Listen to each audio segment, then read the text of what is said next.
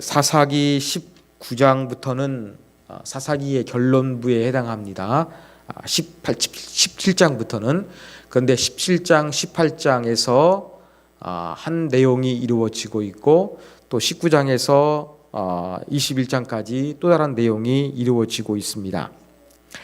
17장을 통해서는 한 사람, 즉 그 미가의 집이 자기 마음대로, 자기 소견대로 행하는 모습이 기록되어 있다고 한다 그러면, 이제 18장에 와서는 자기 소견대로 행하는 한 지파의 모습이 기록되어져 있습니다.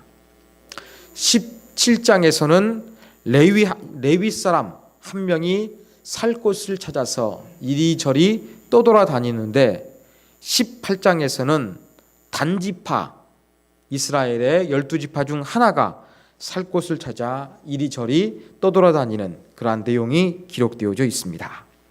자, 18장을 이제 우리가 처음부터 순서대로 살펴보겠습니다.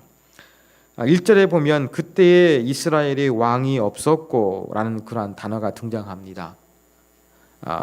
사사기 결론부에서 자주 반복되는 단어가 그때에 이스라엘에 왕이 없었다라는 이야기가 자주 반복이 됩니다.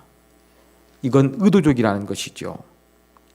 이렇게 왕이 없었다는 것을 강조하고 있는 이유가 무엇이냐? 당연한 거예요.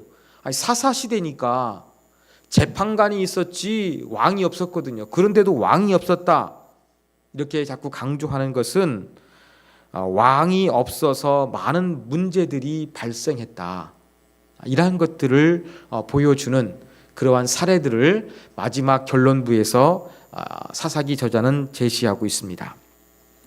그런데 어떤 문제가 있느냐, 이 단지파에게. 1절 내용을 읽어보면요, 맨 마지막 부분 보면 이스라엘 중에서 그때까지 기업을 분배받지 못하였음이니라, 이렇게 기록되어 있어요. 이 내용을 보면은 이 단지파가 마치 12지파에게 나누어 주었던 그러한 땅을 분배받지 못한 것처럼 그렇게 들려지고 있습니다. 우리는 이 부분을 먼저 명확하게 이해할 필요성이 있습니다. 여호수아 19장에 보면은요, 40절부터 48절까지 단지파에게 분명하게 땅이 분배가 됩니다. 그리고 사사기 1장 34절에서도 단지파가 아모리 사람이 오히려 단지파를 산지로 몰아 넣었다라는 기록이 나와 있습니다. 이런 것들을 볼 때에 성경의 기록이 상충하는 것이 아닙니다. 분명히 여호수아는 이스라엘의 12지파의 하나인 단지파에게 땅을 분배를 했어요. 그런데 단지파가 자기에게 분배받은 땅을 이제 자기의 소유로 만들어야 되는데 그 일에 실패했던 것으로 보입니다. 그래서 분배는 받았으나 그 땅을 완전히 정복하지 못해서 이제 이리저리 떠돌아다녀야 되는 그러한 상황이 이제 발생하게 된 것이었습니다. 단지파가 이렇게 분배받은 땅 안에 정착하지 못하니까 어디에 살게 되었느냐? 옆에 있는 에브라임 산지에 가 살았습니다. 에브라임 지파에 살았죠. 레위인도 에브라임 산지에 왔던 것처럼 이 단지파 사람들도 흩어져 가지고 에브라임 지파 가운데 살았습니다. 이 흩어진 단지파 후손 중에서 에브라임에 살았던 유명한 사람이 있습니다. 바로 삼손입니다. 이러한 단지파의 온전히 분배받은 땅을 소유하지 못한 모습이 기록되어 있어서 마땅한 거처가 없는 그러한 모습이 기록되어져 있습니다. 자, 그때에 어떻게 하느냐? 2절에 보니까 단 자손이 소라와 에스디올에서 5명을 뽑습니다. 그 중에서 조금 똘똘한 사람이겠죠. 군사적으로 작전을 잘 수행하는 사람 5명을 뽑아가지고 지금 단 지파가 살 수 있는 공간이 별로 없으니까 그 땅을 한번 정탐하기 위해서 5명을 파송하게 되는 것입니다. 그런데 이 사람들이 우연히 어디로 가게 되느냐? 에브라임 산지에 가게 되는 거예요. 또 에브라임 산지 중에서 지난 시간에 살펴보았던 그 미가의 집에 이르게 되는 것이죠. 그 미가의 집에 있을 때에 그 17장에 살펴봤던 그 레위 청년이 그 미가 집안의 제사장이 됐지 않았습니까? 근데 이 사람이 뭔가 다른 거예요. 음성을 알고 어떻게 목소리만 듣고서 넌 어디서 왔느냐? 넌 누구냐? 정체를 밝혀라. 이렇게 말할 수가 있겠습니까? 그 이유는 간단합니다. 여러분 시볼렛, 시볼렛 이러한 표현이 사사기에 등장했던 것처럼 또 우리 지역마다 사투리가 있는 것처럼 또 억양이 다른 것처럼 고대 이스라엘도 마찬가지였습니다. 그렇게 사람들이 사용하는 언어의 억양이 다르거나 아니면 발음의 차이가 있는 걸 통해서 이 사람은 분명히 그 베들레헴에서 왔으니까 에브라임 사람들이 썼던 그러한 사투리나 억양은 좀 차이가 있던 것으로 보입니다. 그래서 너 정체가 뭐냐? 이런 것들을 따지고 물었던 것으로 보입니다. 그때에 미가가 이때 레위 사람이 어떻게 합니까? 자세하게 그 자초지정을 설명하지요. 내가 이러이러한 형편 가운데 있었는데 미가가 나를 받아줘가지고 집안의 제사장으로 삼았다. 그렇게 이야기하는데 여기에서 눈에 띄는 단어가 바로 무엇이냐면 고용이란 단어입니다. 이건 돈을 주고 사람을 그렇게 채용하는 거에 사용되는 단어가 그대로 이 레위인의 말 가운데 그대로 드러나고 있는 것입니다. 자, 이렇게 단지파의 정탐꾼들이 지금 땅을 찾아다니고 있는데 이 레위 사람을 만났어요. 레위 사람은 하나님의 뜻을 물어볼 수가 있지 않습니까? 그러니까 이들이 묻습니다. 그러면 당신이 레위인이라고 한다 그러면 한번 우리가 지금 거주할 땅을 찾고 있는데 하나님이 허락하여 주실는지 한번 하나님께 여쭈어 봐라 이야기합니다. 믿음이 좋은 것처럼 보입니다만 그렇지 않고 앞날이 불안하고 또 이 지파에서 맡겨준 미션을 수행해야 되는데 여기에 대해서 불안하니까 이 레위 사람을 만나니까 하나님의 뜻이 무엇인지 자기들의 미래가 궁금해서 물었지 하나님을 철두철미하게 섬겼기 때문에 묻는 것은 아니었습니다. 이렇게 물었을 때에 이 레위 청년이 어떻게 대답합니까?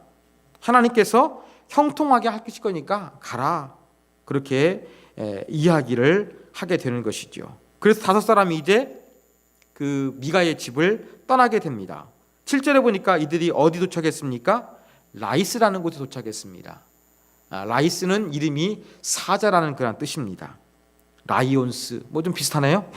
라이스라는 곳에 이르게 됩니다. 근데 여기 라이스 지역을 보니까 어떻게 묘사가 되고 있습니까? 염려 없이 거주하며 시돈 사람들이 사는 것처럼 평온하며 안전하니 그 땅에는 부족한 것이 없으며 부를 누리며 시돈 사람들과 거리가 멀고 어떤 사람과도 상종하지 아니함이라. 이렇게 기록되어 있어요. 지상 낙원인 것처럼 그렇게 보여집니다. 좋은 말이 많이 나와 있습니다. 평안하고 안전하고 부족함이 없는 그러한 땅이래요.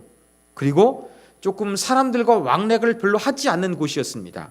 특별히 시돈이 언급되고 있는데 아마 이 라이스가 시돈의 그 영향력 아래 있었나 봅니다. 그런데 시돈이 실제적으로는 많이 라이스에 대해서 영향력을 별로 행사하지가 않는 거예요. 그러한 느슨한 관계 속에서 별로 찾아온 사람도 없고 그래서 안전하게 살아갈 수 있는 그러한 성읍이었습니다. 고고학적으로도요, 이 라이스를 조사해 보니까 여기에서 발견되는 것은 진흙으로 된 성벽이 발견되는 거예요. 이게 무슨 말이겠습니까? 적군과 전쟁을 해서 잘 이 성읍에 있는 사람들을 보호하기 위해서는 요새를 만들어야 되겠죠. 진흙벽으로는 되지 않겠죠. 그런데 진흙벽이 발견됐다는 것은 라이스가 정말로 성경에 기록된 것처럼 그렇게 사람들이 별로 왕래하지 않아서 살기가 좋은 곳이었다. 그렇게 유추해 볼 수가 있습니다. 여러분 혹시 영화 웰컴 투 동막골을 아십니까? 6.25 전쟁이 일어나는데 이 동막골에는 전쟁이 일어난지를 모르잖아요. 별세계처럼 마치 웰컴 투 동막골처럼 이 라이스라는 지역이 그 사람들 가운데서 별로 왕래하지 않고 아주 한적하고 고요하게 살아갈 수 있는 그러한 곳이었음을 이제 성경이 기술하고 있는 것입니다. 자, 이곳을 발견하니까 이 5명의 정탐꾼이 다시 본국격인 소라와 에스다올에 돌아갑니다. 그리고 보고를 합니다. 좋은 땅이라고 이야기하죠. 10절 어떻게 합니까? 하나님이 그 땅을 너희 손에 넘겨주셨느니라.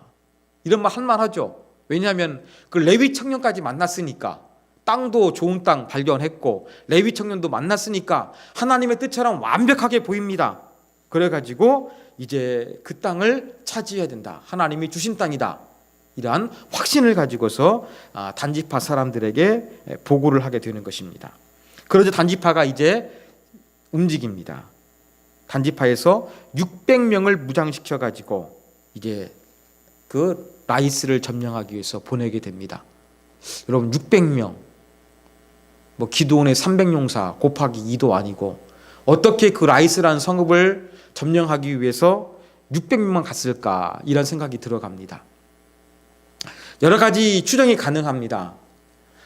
이 소라와 에스다올에는 전장에 나갈 만한 남자들이 적었을 가능성, 그 다음에 그 라이스 정탐했던 것처럼 그 땅이 그렇게 진흙벽으로 되어 있는 그러한 곳이니까 별로 군사적으로 경계가 강한 곳이 아니니까 600명 정도 가더라도 충분히 한번 승리할 수 있는 곳이다. 이러한 판단이 섰나 봅니다. 그래서 상당히 적은 숫자 600명이 출발을 하게 되는 것이죠. 또 가다 보니까 그 에브라임 산지를 지나가게 되는 거예요. 미가의 집에 이르게 됩니다. 자, 14절. 여기에서 다시 5명의 정탐꾼이 얼마 전에 기억을 떠오릅니다. 에브라임 산지에서 낯선 억양과 발음을 하는 레위 사람, 베들레헴에서 온 이 레위 사람을 이제 만났던 기억이 있습니다.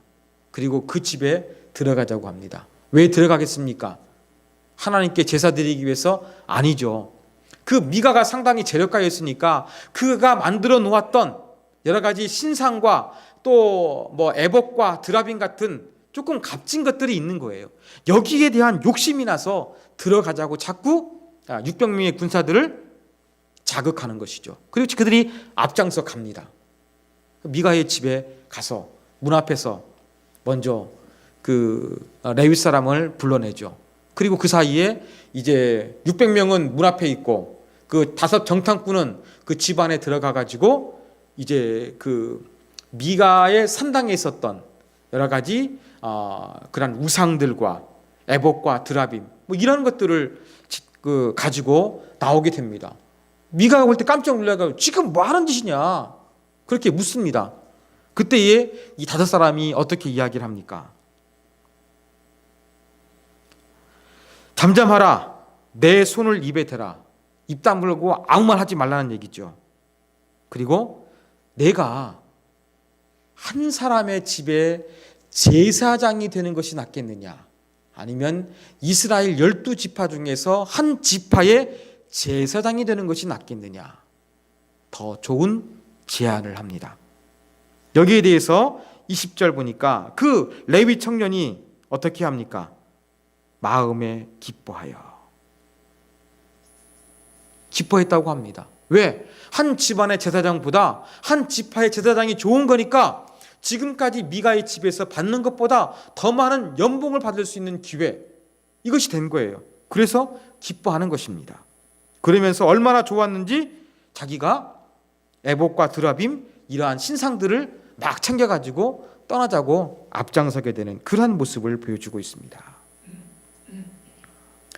자, 이렇게 해서 이제 미가의 집에서 그 신상들을 가지고서 단지파 사람들 600명이 이제 길을 떠났습니다. 미가가 볼 때는 상당히 기분 나쁘죠. 가만히 있을 수 없겠습니다. 어떻게 합니까? 동네 사람들한테 도와달라고 하고, 미가도 좀 재력가가 있을 것 같아요. 또 자기 고향 사람이 변을 당했는데 어찌 가만히 있겠습니까? 그래서 동네 사람들이 함께 힘을 모아가지고 이 단지파 사람들을 쫓아왔습니다. 어떻게 따라잡을 수 있었을까? 여러분 21절에 보면은요, 그냥 신상들, 즉 그 하나님께 뭐 제사를 드리고 하나님의 뜻을 분별하기 위해서 알 수 있었던 제2 기구들만 가져간 것이 아니라, 여러분 어린 아이들, 가축, 값진 물건들, 이거 다 뺏어갔던 거예요. 약탈이죠, 완전. 예. 이렇게 동물 데리고 가고 어린아이 데려가다 보니까 단지파 그 군사들이 빨리 움직일 수가 없습니다. 그 사이에 미가와 그 동네 사람들이 이제 추격해 와가지고 그들을 불러서 세웠습니다.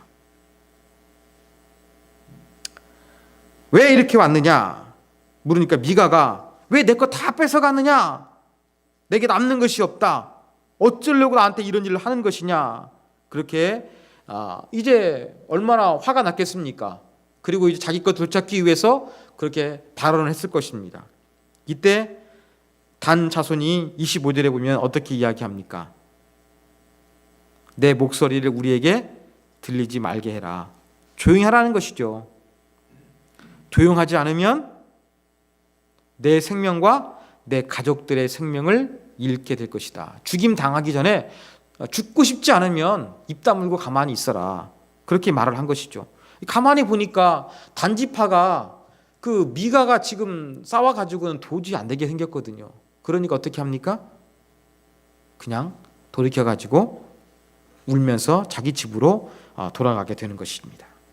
자, 그리고 27절 이제 목적지 라이스로 갑니다.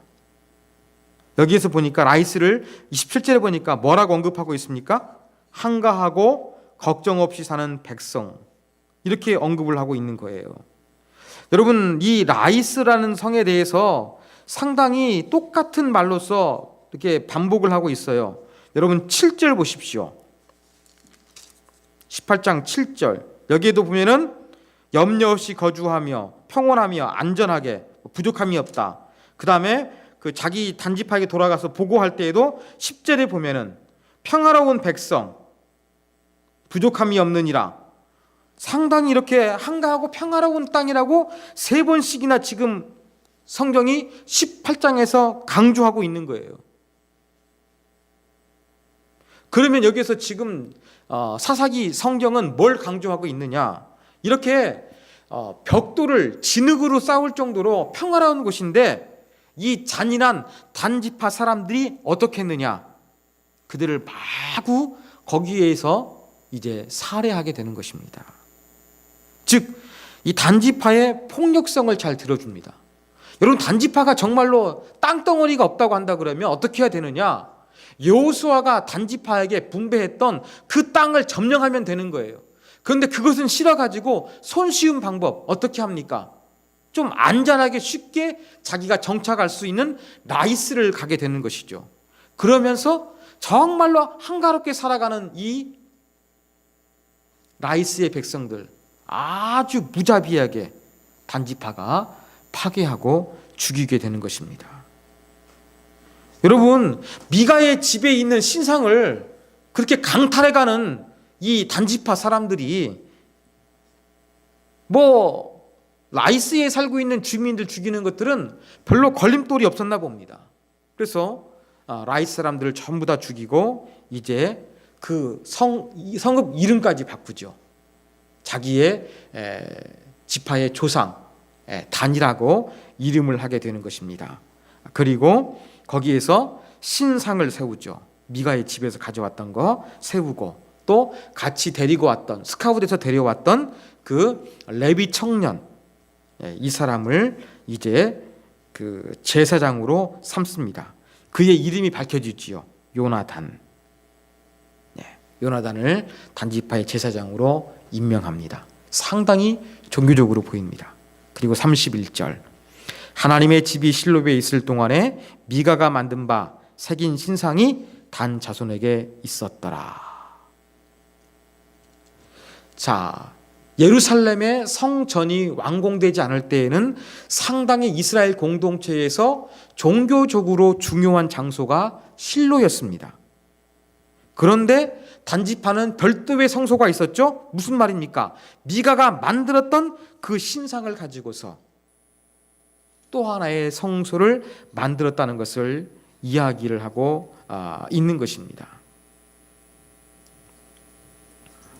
하나님의 집이 있음에도 불구하고 단지파는 미가가 만든 우상 숭배하는 특별한 행동을 했다. 이게 바로 31절에서 보여주고 있는 그러한 모습입니다. 자, 지금까지 살펴본 사사기 18장의 내용, 단지파가 자기들이 하나님께 이제 분배받은 땅을 자기의 힘으로 믿음으로 정복하지 않고 폭력으로서 그 평온한 땅을 무자비하게 공격해서 빼앗는 모습, 또 미가의 그 물건, 신상들을 빼앗는 모습, 자기 마음대로 그 레위 청년을 단지파의 제사장으로 임명하는 모습, 이러한 모습을 통해 가지고 그 당시에 왕이 없어서 자기 소견대로 행하는 부패한 이스라엘의 영적인 상황을 고발하는 것이 바로 우리가 살펴본 18장의 내용입니다. 자, 이러한 내용을 통해서 우리가 배울 수 있는 그러한 교훈점 몇 가지를 살펴보도록 하겠습니다. 첫 번째 교훈입니다. 여러분, 우리는 신앙보다 이 기회주의자가 되지 않도록 조심했으면 좋겠습니다. 자, 17장과 18장 같이 연결 지어가지고 미가의 집안의 이야기, 또 레위 지파 소속의 젊은 청년의 이야기, 물질을 따라 움직였다고 제가 지난 시간에 말씀드렸죠. 또 18장에 와가지고도 한 사람의 제사장보다는 한 지파의 제사장이 좋으니까 금방 기뻐가지고 움직이죠. 또 단 지파의 그 분배받은 땅이 아니라 손쉬운 땅을 무력을 사용해서 잔인하게 빼앗는 이야기, 전부 다 기회주의적인 요소가 보이는 그러한 내용들입니다. 이게 바로 이스라엘의 영적이고 도덕적인 상황이었습니다. 양심적인 사람 별로 없습니다. 사람 사이에서 배려하고 의리를 소중히 여기는 사람 별로 없습니다.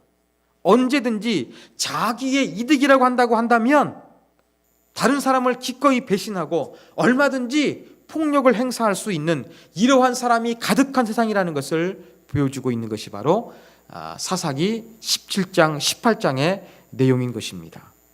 그 이유가 바로 무엇입니까? 그때에는 왕이 없었다. 그래서 자기 눈에 좋은 대로, 자기 판단해서 자기가 좋은 대로 그렇게 결정하는 그러한 시대였다고 이야기를 합니다. 여러분, 우리의 신앙이 굳건히 뿌리내지 못하면 사사시대에 반복했던 이 기회주의 모습, 저와 여러분도 얼마든지 반복하면서 살기가 쉽습니다. 우리의 삶을 움직이는 것, 세상에서 더 많이 갖고 더 높은 곳으로, 더 좋은 곳으로 옮겨가고 올라가는 것, 이러한 기회주의 모습이 아니라 정말로 신앙이 과연 내 삶을 움직이고 있는가, 이것을 한번 점검해 보라고 우리 가운데 교훈을 주고 있습니다. 자, 두 번째 교훈입니다. 여러분, 결과가 아름다운 것이 꼭, 내가 성공한 것이 꼭 하나님의 축복으로 받아들일 수 있는가 하는 것입니다. 자, 오늘 18장에서 한 지파의 모습을 보십시오. 성공적이었습니다. 그들의 계획이 이루어지는 거예요. 18장을 시작할 때에는 아직도 정처할 곳이 없는 그러한 사람들이었는데 18장의 맨 마지막에 가서는 라이스라는 곳, 이 단이라는 성읍을 확보하게 되는 그러한 내용으로 나옵니다. 또 이 라이스를 점령하는 과정 가운데서 또 희한하게 이 에브라임 산지의 미가의 집에 들려서 또 이 종교적인 기능을 맡길 수 있는 레위 사람을 발견해서 그도 데려오게 됩니다. 하나님의 예비하심, 하나님의 도움인 것 같습니다. 또 그에게 우리가 지금 여차저차해서 땅을 찾고 있는데 하나님이 도와주실 것 같느냐 물어봤을 때 그럴 것이라는 확답도 받습니다. 이러한 모든 18장에 나와 있는 상황들을 보면은 이 단지파에게는 모든 것이 하나님의 축복입니다. 잘된 겁니다. 또 미가의 집에서 제사장으로서 고용했던 미가 청년도 보십시오. 한 사람의 선택을 잘해가지고 한 지파의 제사장이 되었습니다. 모두 성공한 것처럼 보입니다. 이게 하나님의 축복일까요? 여러분, 우리에게 정말로 좋은 결과가 이루어지고 또 많은 그러한 우리 삶의 정황들이 하나님이 도와주신 것 같지만 이것이 과연 정말로 축복인지 아닌지 다시 한번 점검해봐라. 다시 한번 기도해봐라. 우리는 이러한 도전을 받습니다. 얼마나 그럴싸합니까? 그렇지만 이것이 과연 정말로 하나님의 축복인가? 사사기의 의도는 그게 아니에요. 성공처럼 보이고 있지만 그것은 실패고 그것은 하나님의 축복이 아니라 어리석인 것임을 알려주는 것입니다. 그래서 참 모든 것들이 잘 이루어지는 좋은 환경들, 이런 것들을 가지고서 내 삶을 내가 하나님 안에서 잘 살고 있고 내가 하나님을 잘 믿고 있고 내가 잘 선택하고 있다는 그런 착각에 빠져 있지 않는지 우리 자신을 다시 한번 점검해 보라는 도전을 우리가 사사기 18장을 통해서 받을 수가 있습니다. 마지막 세 번째 교훈입니다. 여러분, 세 번째는 바로 무엇이냐면요, 우리의 성공을 위해서 타인을 배려하지 못하는 그러한 폭력성과 잔인함이 나타나지 않을까 조심해야 한다는 교훈을 얻습니다. 저는 설교 준비하면서 이 교훈이 가장 마음속에 크게 와 닿았습니다. 자, 단지파 사람들, 자기들이 살기 위해서 어떻게 합니까? 뭔가 남의 있는 거 빼앗는 거, 또 남의 땅을 정복하는 거, 사람 죽이는 거, 이런 거에 대해서 배려하는 게 전혀 없습니다. 그들 나름대로는 레위 청년도 만났으니까 하나님이 우리를 도와주실 거라 확신을 했어요. 그렇게 하나님의 도와주심을 확신하고 있었지만 그들이 정말로 하나님의 이름으로 뭔가를 성공적으로 해내고 있었지만 그 안을 돌이켜보면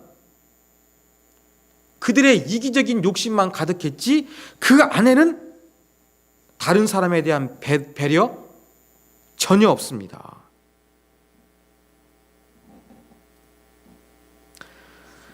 자기가 부배받은 땅이 있습니다.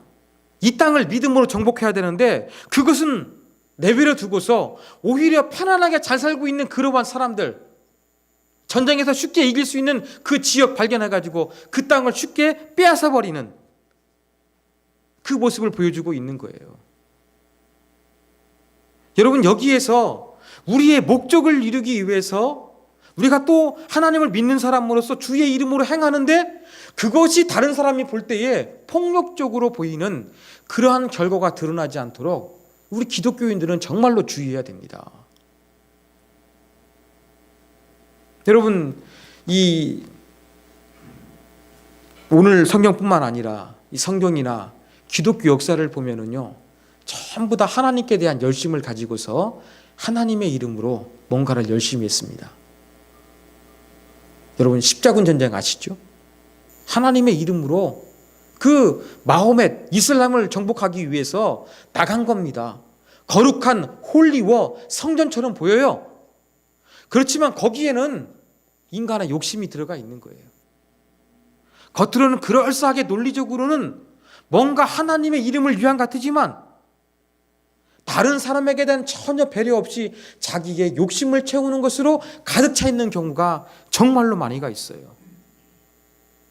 여러분, 기독교가 이런 모습으로서 많이 그렇게 그 약소국들을 정복했습니다.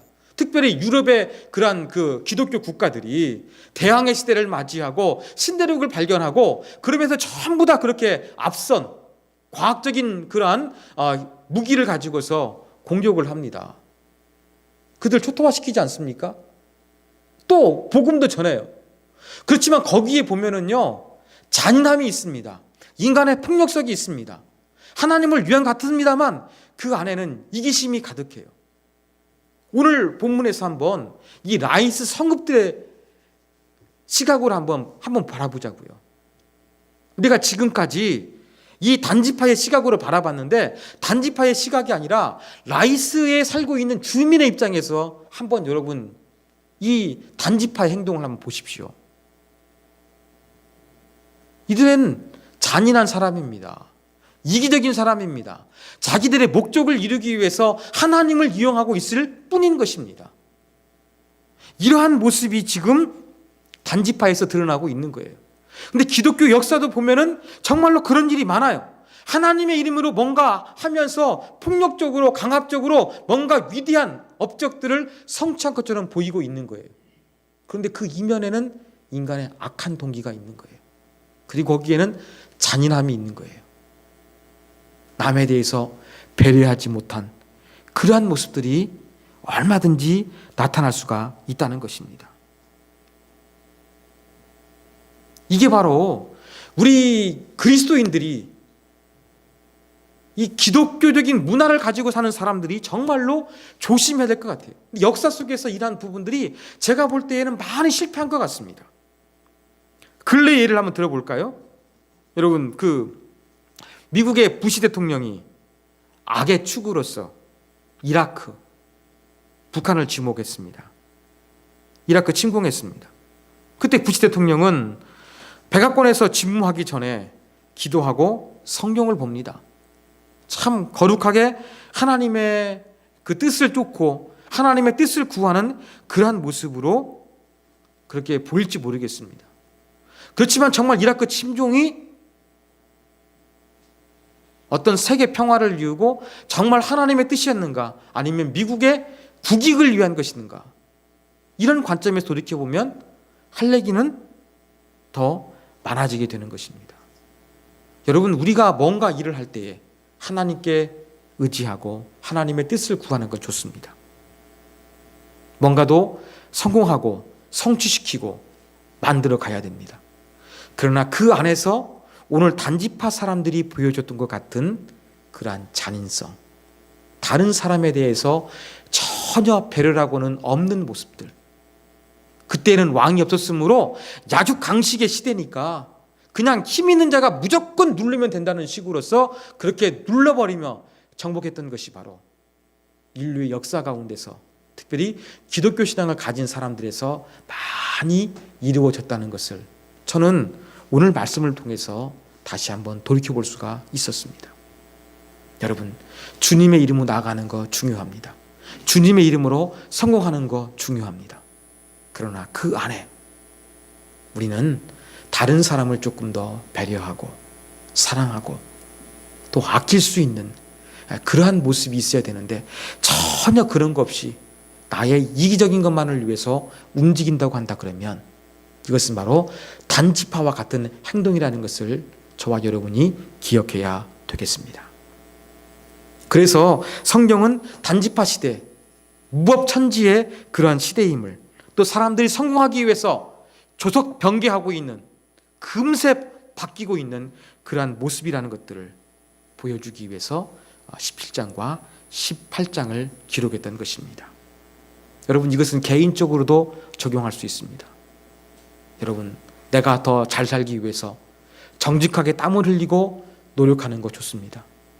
그렇지만 필요 이상으로서 남의 마음의 것을 아프게 하면서 남의 것을 빼앗고 남의 것을 내 것으로 만들기 위해서 노력하고 이것이 하나님의 축복인 것처럼 이야기할 수 있는 이러한 우리의 이중적인 모습이 드러나지 않도록 우리 개개인도 조심했으면 좋겠습니다.